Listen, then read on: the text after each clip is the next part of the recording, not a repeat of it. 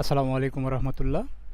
So আজকে আমাদের ক্লাসটা হচ্ছে মাইক্রোটিকের পিপিপিওই ক্লায়েন্ট নিয়ে। তো এর আগের ক্লাসে আমরা মাইক্রোটিকের পিপিওই সার্ভারটা কিভাবে কনফিগার করা হয় আমরা দেখছিলাম, এবং প্যাকেজটা কিভাবে মাইক্রোটিকের পিপিওই সার্ভারের সাথে অ্যাড করা যায় সেটাও আমরা দেখছিলাম। আপনারা যদি ভিডিওটা মিস করে থাকেন লিঙ্ক দেওয়া আছে, আবার দেখে নেবেন, কারণ পিপিওই সার্ভারের সাথে পিপিওই ক্লায়েন্টটা ওতপ্রোতভাবে জড়িত।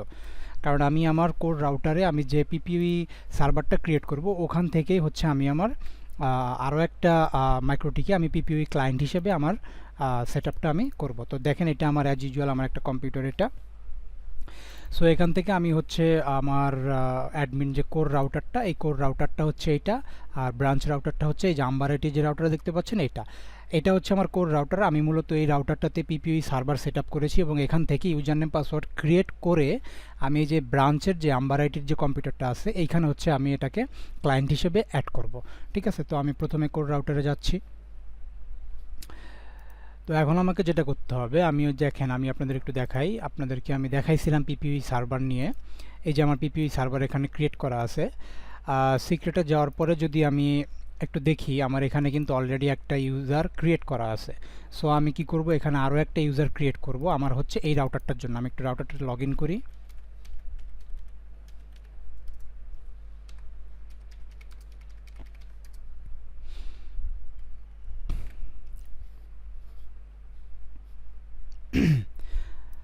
আচ্ছা, আমি লগ ইন করে ফেলেছি। এখন দেখেন আমি এখন এখানে একটা ইউজার নেম পাসওয়ার্ড ক্রিয়েট করব। সাপোজ অনেক সময় হতে পারে যে আপনার আইএসপি কোম্পানি আপনাকে সরাসরি স্ট্যাটিক আইপি না দিয়ে আপনাকে হচ্ছে পিপিওই ক্লায়েন্ট হিসেবেও আপনাকে অ্যাড করতে পারে।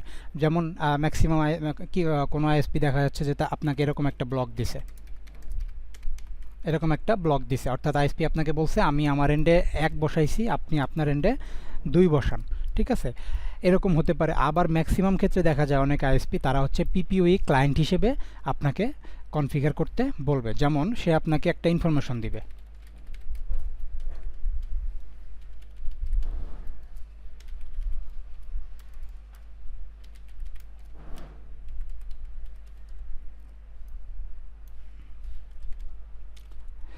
এটা আপনাকে দিয়ে দিবে যে এটা হচ্ছে ইউজার নেম এবং এটা হচ্ছে পাসওয়ার্ড। এখন আপনি আপনার রাউটারে পিপিওই ক্লায়েন্ট হিসেবে কনফিগার করবেন, তখন কিন্তু আমাদের এই আইপিতে যে এই অ্যাড্রেস ডিএনএস এগুলো আমাদের বসাতে হবে না। ঠিক আছে, তো দেখেন আমি ওইটাই করব। প্রথমে হচ্ছে কোর রাউটার, অর্থাৎ আইএসপি আইআইজি যে রাউটারে যে কনফিগারটা করবে, তার রাউটারে যে কনফিগারটা করবে সেটা হচ্ছে আপনার জন্য একটা ইউজার নেম পাসওয়ার্ড বানাবে। ধরেন আপনার কোম্পানির নাম হচ্ছে আম্বারাইটি এবং পাসওয়ার্ড সে দিল 1 2 3 4 5 6, এবং এখান থেকে প্রোফাইল সে একটা সিলেক্ট করে দিল। এরপর এখানে আর কিছু করার নাই আপাতত, এখানে হচ্ছে শুধুমাত্র নামটা দিতে হবে। এই ওকে, অ্যাপ্লাই, ওকে। দেখেন আমার কিন্তু এখানে ইউজারনেম পাসওয়ার্ড ক্রিয়েট করা শেষ। এখন আপনাকে আইএসপি কি বলতেছে যে আমার ইউজারনেম পাসওয়ার্ড আপনাকে দিয়ে দিছে, এই যে ইউজারনেম পাসওয়ার্ডটা দিয়ে দিল। এখন কি বলছে যে আপনি আপনার পিসিতে আপনি আপনার মাইক্রোটিক রাউটারে আপনি এটাকে পিপিওই ক্লায়েন্ট হিসেবে কনফিগার করে নেন। তো চলেন আমরা এখন আমাদের রাউটারে যাই। এটা তো আইএসপি রাউটার ছিল, আইআইজি রাউটার ছিল। আমার রাউটার হচ্ছে এই যেটা। সাবমিটে লগ ইন করলাম। দেখেন আমার এখানে কিন্তু কোনো আইপি বসানো থাকবে না। আমি দেখাই আপনাকে আগে একটু, 1 সেকেন্ড। আমি আগের কনফিগারেশন যেগুলো ছিল সব রিমুভ করে দিচ্ছি।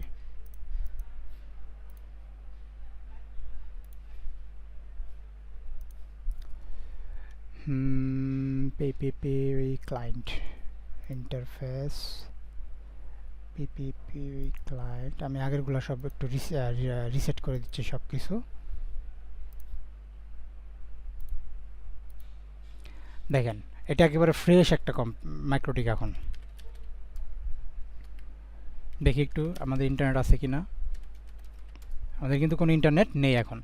সো এখন দেখেন আমাদের কি করতে হবে, এটা একটা ফ্রেশ। আমরা কিন্তু এখানে এখন আর আইপি অ্যাড্রেসে কোনো আইপি এখন আমরা আর বসাবো না। আইএসপির সাথে কানেক্টেড হওয়ার জন্য আমরা কোনো আইপি বসাবো না। আমরা কি বসাবো, আমাদেরকে যে ইউজার নেম পাসওয়ার্ড দিছে আমরা এখন এই ইউজার নেম পাসওয়ার্ড দিয়ে এই কোর রাউটার আইআইজির সাথে আমরা এখন কানেক্ট হব। কিভাবে হবো দেখেন, এখানে ইন্টারফেস, এই যে এখানে ড্রপ ডাউন বাটনে যদি আপনারা ক্লিক করেন এখানে দেখতে পাবেন এই যে পিপিপিওই ক্লায়েন্ট, এখানে ক্লিক করবেন। করার পরে এই যে জেনারেলে যাবেন, এখানে নাম দিবেন। সাপোজ ধরেন এই আপনার যে আইআইজিটার সাথে আপনি কানেক্টেড তার নাম হচ্ছে ম্যাঙ্গো আইআইজি। এটা নাম দিলাম আমি, এখানে পিপিওই ক্লায়েন্ট থাকবে। এখন আপনার আইএজি থেকে আপনার মাইক্রোটিকে কোন পোর্টে আইএজির কেবলটা লাগছে, সাপোজ ধরেন ইথার ওয়ানে, ঠিক আছে। সো এখান থেকে আমরা ইথার ওয়ানটাকে সিলেক্ট করে দিব, ওকে। এরপরে চলে যাব ডায়াল আউট, এই যে অপশনটা ডায়াল আউটে চলে যাব। চলে যাওয়ার পর এখানে হচ্ছে যে ইউজার নেম পাসওয়ার্ডটা দেওয়া আছে, ওই ইউজার নেম পাসওয়ার্ডটা আমরা এখানে দিব। দেখেন কোথায় গেল, এই যে ডায়াল আউটে কী করলাম আমরা, সার্ভিসের এখানে আমরা কিছু দিলে দিতেও পারি, না দিলেও নাই, তবে এখানে কিছু দেওয়ার দরকার নেই। আমরা সরাসরি ইউজার নেমে চলে যাব। ইউজার নেম দিব হচ্ছে আম্বার আইটি, এবং পাসওয়ার্ড কী ছিল আমার 1 2 3 4 5 6। এখানে যদি আমার অ্যাড ডিফল্ট রাউট, এটাকে যদি আমরা টিক দিয়ে দিই তাহলে আমাদের একটা ডিফল্ট রাউট অ্যাড হয়ে যাবে। আমরা বাই ডিফল্ট একটা রাউট অ্যাড করি না, এই যে এইভাবে আমরা একটা রাউট অ্যাড করি না, দেখাই, এই যেভাবে আমরা একটা 0 0 দিয়ে একটা রাউট তো অ্যাড করি, তাই না, মনে আছে তো। যদি আমরা এইভাবে টিক দিই এইখানে, তাহলে আমাদের আর কোনো রাউট অ্যাড করতে হবে না। দেখেন আপনাদের দেখাচ্ছি, এই যে রাউটের দিকে খেয়াল রাখবেন, অটোমেটিক্যালি চলে আসবে। এটা টিক দিয়ে দিব। আর যদি ইউজ পিআর ডিএনএস এটাতেও টিক দিয়ে দিই, তাহলে কি হবে, আপনার এখানে কোনো ম্যানুয়ালি কোনো ডিএনএস বসাইতে হবে না, ঠিক আছে। এখানে যখনই আপনি টিক দিয়ে দিবেন, অটোমেটিক্যালি আপনার আইএজিতে যে ডিএনএস বসানো সেই ডিএনএস আপনার রাউটার অটোমেটিক্যালি নিয়ে নিবে। সো আমরা এই দুটাকে টিক দিয়ে দিব, এবং এখানে 4টা প্রোটোকলই টিক দেওয়া থাকবে, এগুলো সিকিউরিটি, এগুলো 4টা প্রোটোকলই এখানে টিক দেওয়া থাকবে। আমি একটা নাম দিয়ে দিই এখানে আমার আইএসপি, যাতে আমি বুঝতে পারি। যদি আমার 2টা পিপিওই ক্লায়েন্ট থাকে, সেক্ষেত্রে আমাকে নাম দিয়ে দিলে আলাদা আলাদা করতে সুবিধা হয়। জাস্ট শেষ, কনফিগার শেষ। এখন শুধু আমি অ্যাপ্লাই দিব, ওকে দিব। দেখেন এখানে কিন্তু একটা রাউট অ্যাড হয়ে গেছে, এবং এখানে দেখেন 40 40 1 ম্যাঙ্গো রিচেবল, ঠিক আছে। আইপি পাইছে হচ্ছে 30। এখন যদি আমি একটু আমার ওই রাউটারে যাই, আইআইজির রাউটারে যাই, দেখতে পাবো ওইটা কানেক্ট হয়ে গেছে। চলেন,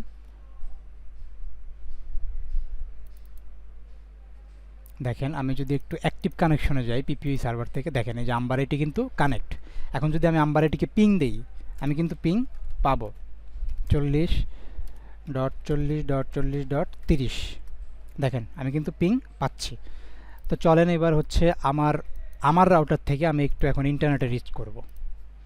দেখেন আমি কিন্তু কোথাও কোনো আইপি বসাই না, আমি শুধুমাত্র পিপিওই ক্লায়েন্ট করছি। দেখেন এখানে ফ্রেশ, এখানে কোনো আইপি নাই। যখনই পিপিওই ক্লায়েন্ট করছি তখন একটা আইপি এখানে বসছে, কিন্তু আমি কিন্তু ম্যানুয়ালি কোনো আইপি বসাই নাই এখানে, ঠিক আছে। আবার ডিএনএসেও কিন্তু আমি কোনো ডিএনএস বসাই নাই, শুধুমাত্র টিক দিয়েছি। কিন্তু দেখেন এই যে ডাইনামিক সার্ভার থেকে ডিএনএস সে নিয়ে নিছে অটোমেটিক্যালি। এখন আমি কি করব, আমি যদি একটু পিং দেই, দেখি তো এখন গুগলে পিং পাই কিনা। দেখেন আমার কিন্তু নেট এখন চলে আসছে, ঠিক আছে। সো এটাই হচ্ছে পিপিওই ক্লায়েন্ট সেটআপ। তো আশা করি আপনারা বুঝতে পারছেন। ভিডিওটি একটু বারবার দেখবেন, বারবার দেখে প্র্যাকটিস করবেন, তাহলে সহজ হয়ে যাবে। ঠিক আছে, থ্যাংক ইউ।